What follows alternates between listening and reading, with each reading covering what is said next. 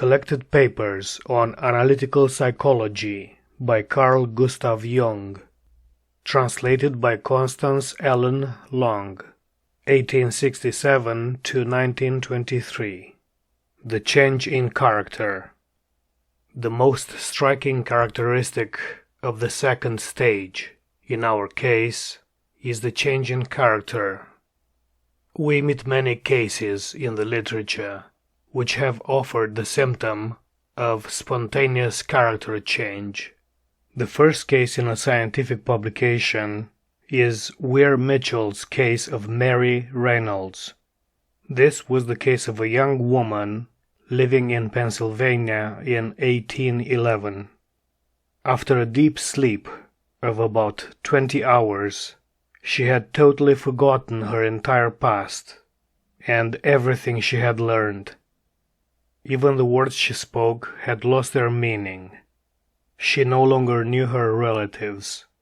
Slowly she relearned to read and write, but her writing was from right to left. More striking still was the change in her character. Instead of being melancholy, she was now cheerful in the extreme. Instead of being reserved, she was buoyant and sociable. Formerly taciturn and retiring, she was now merry and jocose. Her disposition was totally changed. In this state, she renounced her former retired life, and liked to undertake adventurous excursions unarmed, through wood and mountain, on foot and horseback. In one of these excursions, she encountered a large black bear, which she took for a pig. The bear raised himself on his hind legs and gnashed his teeth at her. As she could not drive her horse on any further, she took an ordinary stick and hit the bear until it took to flight. 5 weeks later, after a deep sleep, she returned to her earlier state with amnesia for the interval. These states alternated for about 16 years. But her last 25 years, Mary Reynolds passed exclusively in her second state. Schroeder von der Kalk reports on the following case. The patient became ill at the age of 16 with periodic amnesia, after a previous tedious illness of 3 years. Sometimes in the morning, after waking, she passed through a peculiar choreic state, during which she made rhythmical movements with her arms. Throughout the whole day, she would then exhibit a childish, silly behavior, and lost all her educated capabilities. When normal, she is very intelligent, well read, speaks French well. In the second state, she begins to speak faulty French. On the second day, she is again at times normal. The two states are completely separated by amnesia. Herfeld reports on a case of spontaneous somnambulism in a girl who, in her normal state, was submissive and modest, but in somnambulism was impertinent, rude, and violent. Azam's Felida was in her normal state depressed, inhibited, timid, and in the second state lively, confident, enterprising to recklessness. The second state gradually became the chief one, and finally, so far, suppressed the first state, that the patient called her normal states, lasting now but a short time, crises. The amnesic attacks had begun at 14 and a half. In time, the second state became milder, and there was a certain approximation between the character of the two states.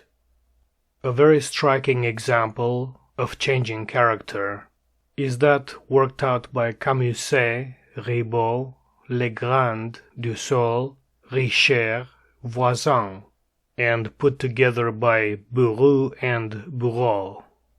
It is that of Louis V, a severe male hysteric with amnesic alternating character. In the first stage he is rude, cheeky, querulous, greedy, thievish, inconsiderate. In the second state, he is an agreeable, sympathetic character, industrious, docile, and obedient. This amnesic change of character has been used by Paul Lindau in his drama Der Andere, The Other One. Rieger reports on a case parallel to Lindau's criminal lawyer.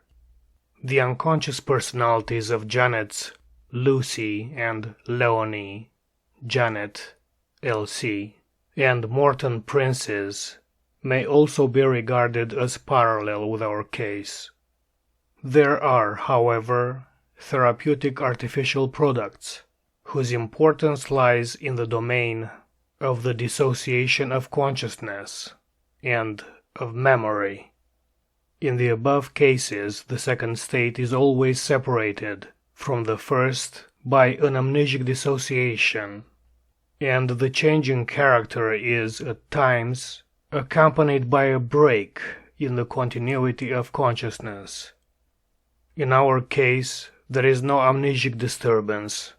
The passage from the first to the second stage follow quite gradually, and the continuity of consciousness remains.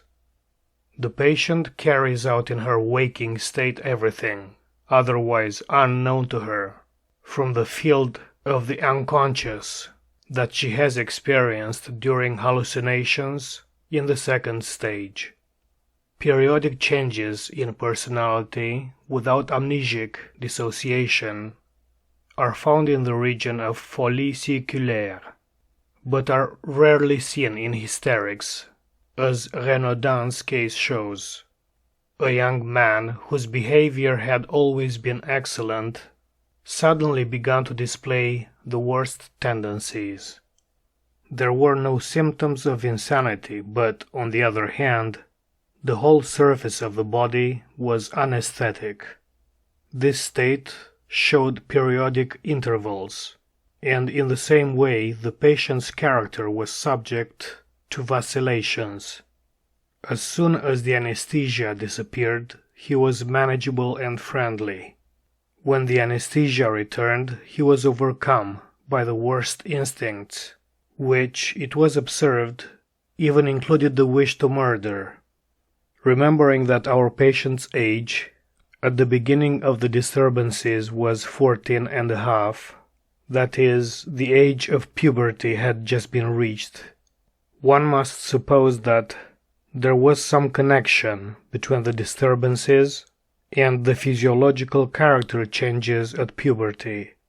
There appears in the consciousness of the individual, during this period of life, a new group of sensations, together with the feelings and ideas arising therefrom.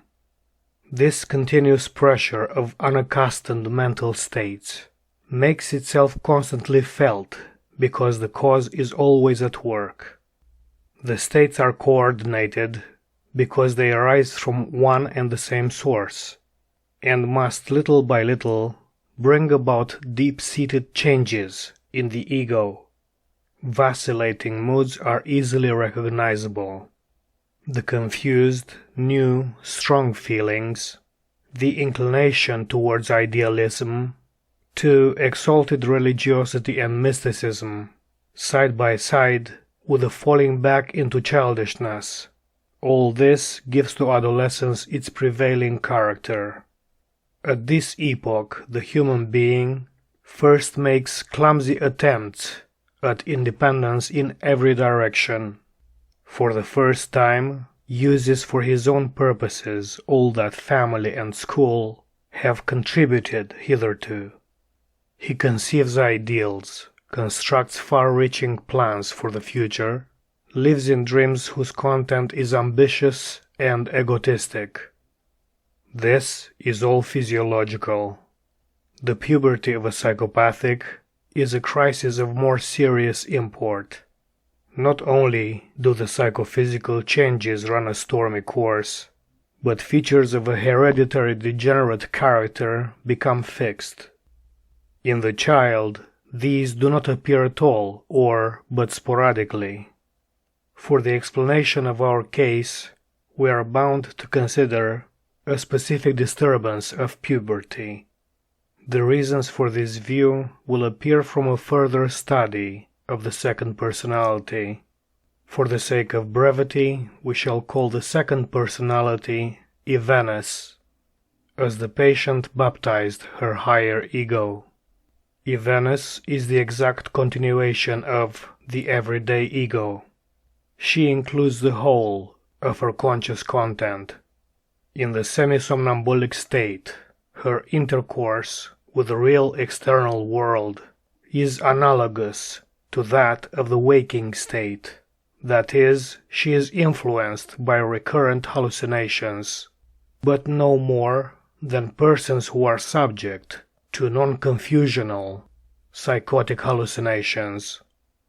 The continuity of Evenus obviously extends to the hysterical attack with its dramatic scenes, visionary events, etc. During the attack itself, she is generally isolated from the external world. She does not notice what is going on around her, does not know that she is talking loudly, etc. But she has no amnesia for the dream content of her attack. Amnesia for her motor expressions and for the changes in her surroundings is not always present. That this is dependent upon the degree of intensity of her somnambulic state, and that there is sometimes partial paralysis of individual sense organs, is proved by the occasion when she did not notice me. Her eyes were then open, and most probably she saw the others, although she only perceived me when I spoke to her. This is a case of so-called systematized anesthesia, negative hallucination, which is often observed in hysterics.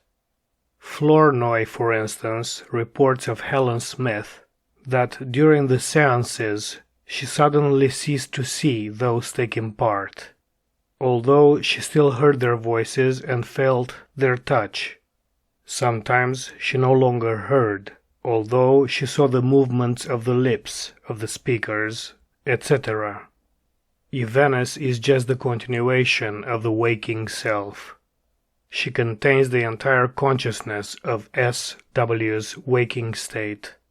Her remarkable behavior tells decidedly against any analogy with cases of double consciousness. The characteristics of Evenus contrast favorably with the patient's ordinary self. She is a calmer, more composed personality. Her pleasing modesty and accuracy, her uniform intelligence, her confident way of talking, must be regarded as an improvement of the whole being. Thus far there is an analogy with Janet's Leonie, but this is the extent of the similarity. Apart from amnesia, they are divided by a deep psychological difference. Leonie, too, is the healthier, the more normal. She has regained her natural capabilities. She shows remarkable improvement upon her chronic condition of hysteria. Evenus rather gives the impression of a more artificial product. There is something thought out. Despite all her excellences, she gives the impression of playing a part excellently. Her world sorrow, her yearning for the other side of things, are not merely piety, but the attributes of saintliness. Evenus is no mere human, but a mystic being who only partly belongs to reality. The mournful features, the attachment to sorrow, her mysterious fate, lead us to the historic prototype of Evenus, Justinus Kerner's Prophetess of Prevorst. Kerner's book must be taken as known, and therefore I omit any references to these common traits.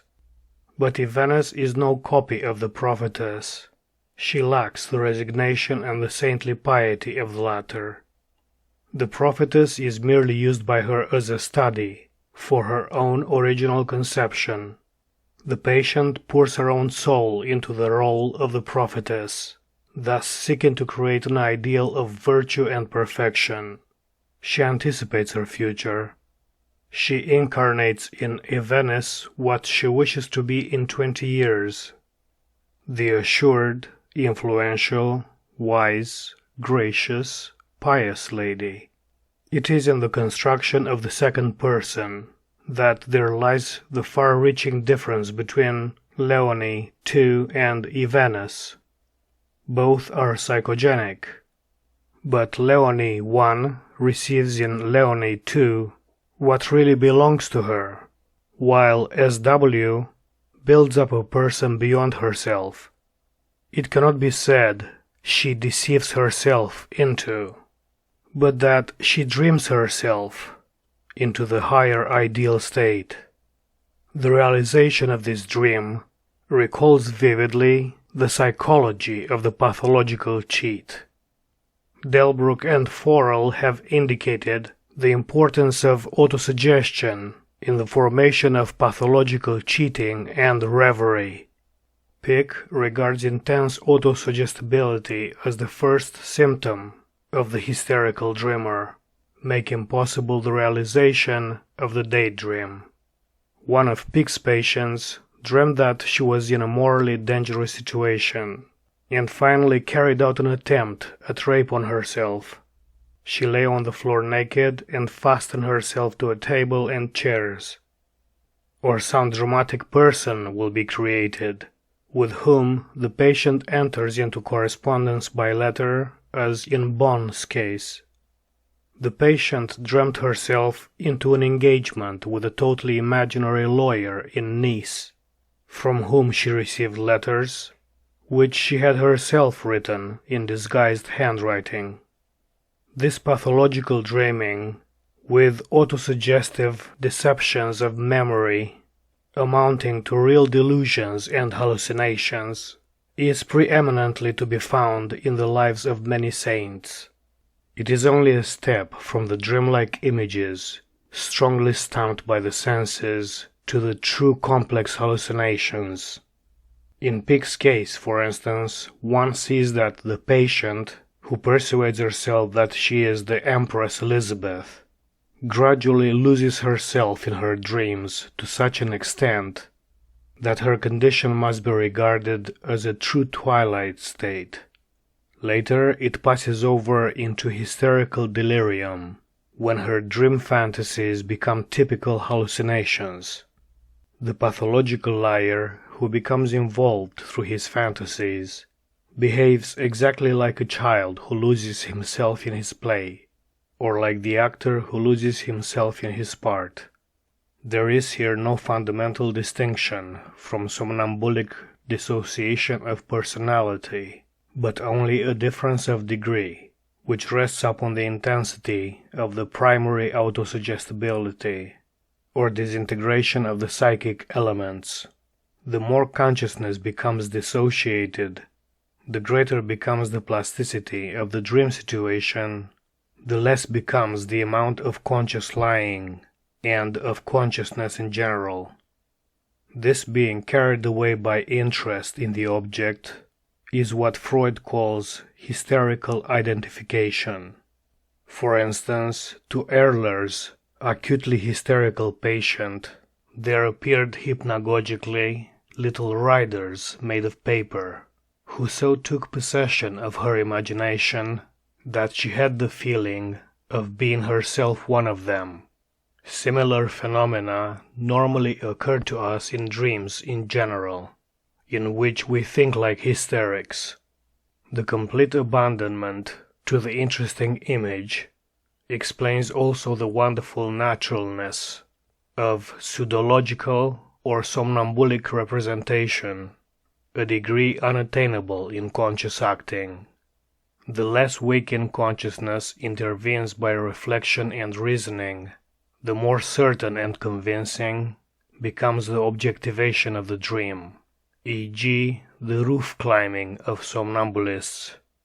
Our case has another analogy with pseudologia fantastica.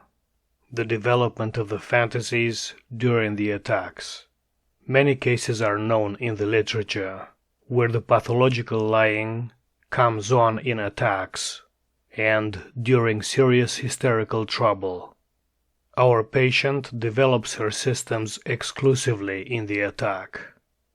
In her normal state, she is quite incapable of giving any new ideas or explanations. She must either transpose herself into somnambulism or await its spontaneous appearance. This exhausts the affinity to pseudologia fantastica and to pathological dream states. Our patient's state is even differentiated from pathological dreaming, since it could never be proved that her dream weaving had at any time previously been the objects of her interest during the day.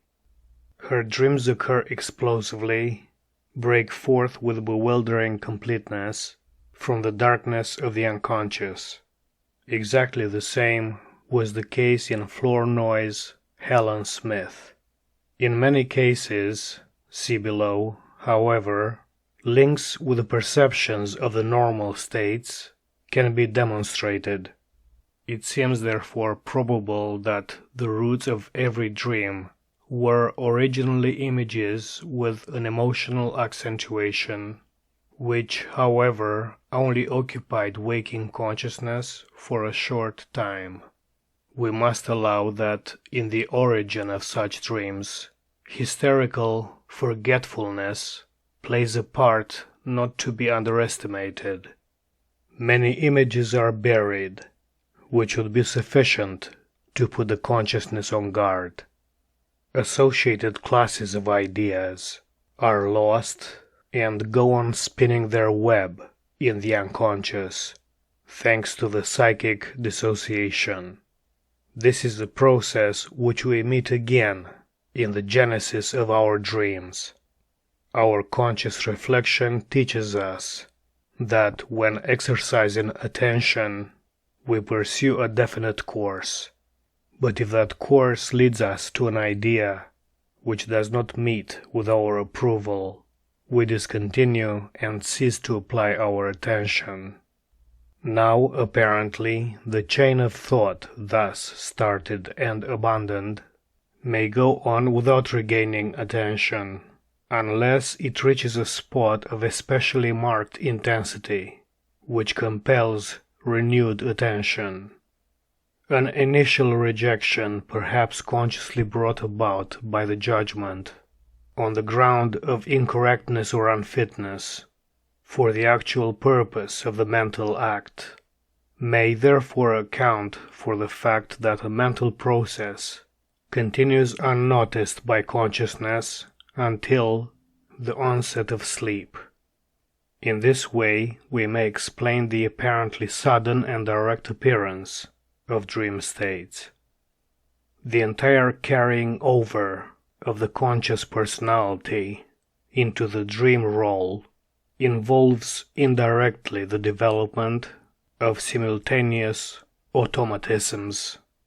Une seconde condition peut amener la division de conscience. Ce n'est pas une altération de la sensibilité, c'est une attitude particulière de l'esprit. La concentration de l'attention pour un point unique. Il résulte de cet état de concentration que l'esprit devient distrait. Pour le reste est en quelque sorte insensible, ce qui ouvre la carrière aux actions automatiques, et ces actions pouvant prendre un caractère psychique et constituer des intelligences parasites vivant côte à côte avec la personnalité normale qui ne les connaît pas. Our subject's romances throw a most significant light on the subjective roots of her dreams.